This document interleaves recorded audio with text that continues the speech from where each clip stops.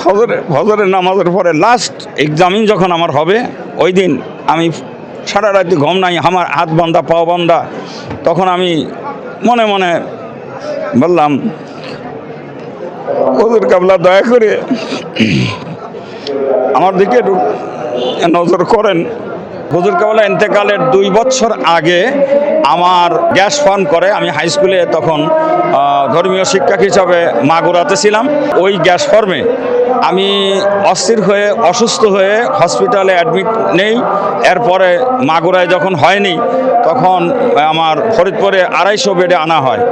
এরপরে তারা চেক করে বলছিল যে 7 দিনের ভিতরে যদি রোগী ভালো হয় তাহলে ভাগ্য ভালো, আমার ওয়ারিস যারা, আর যদি 7 দিনের ভিতরে ভালো না হয় তাহলে আমাদের কিছু করার ক্ষমতা নাই, তার মৃত্যু হতে পারে। তো এই সংবাদ পাওয়ার পরে আমি চিন্তা করলাম যে এই তো ফরিদপুর, এই তো দরবার শরীফ,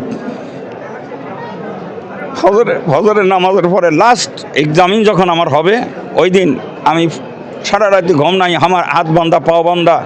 তখন আমি মনে মনে বললাম, হুজুর কাবলা দয়া করে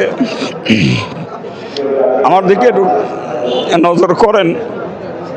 সকালবেলা পরীক্ষায় নিয়ে গেল, আমার ওয়ারিসরা সব জানে যে হয়তো অলরেডি ডেথ হয়ে যাবে। ওনারা পরীক্ষার থেকে বের করে নিয়ে আসে ডাক্তার সাহেব হাসতেছে আর বলতেছে, আমার বড় ছেলেকে আর বড় বেটার বৌমাকে বলল যে কপাল ভালো, আমরা যা দেখেছিলাম এটা অপারেশনযোগ্য ছিল, উনি বয়স্ক লোক বাঁচবেন না।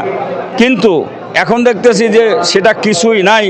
আল্লাহর কি রহমত, নিশ্চয়ই ওনার কোনো অলি আল্লাহ বা উস্তাদ বুজুর্গের দোয়া আছে, উনি সম্পূর্ণ নিরাময়, সম্পূর্ণ ভালো। আজকেই বিকেলবেলা ওনাকে গরম ফেনা ভাত খেতে দেওয়া হবে, এখনই আপনারা রেডি হন।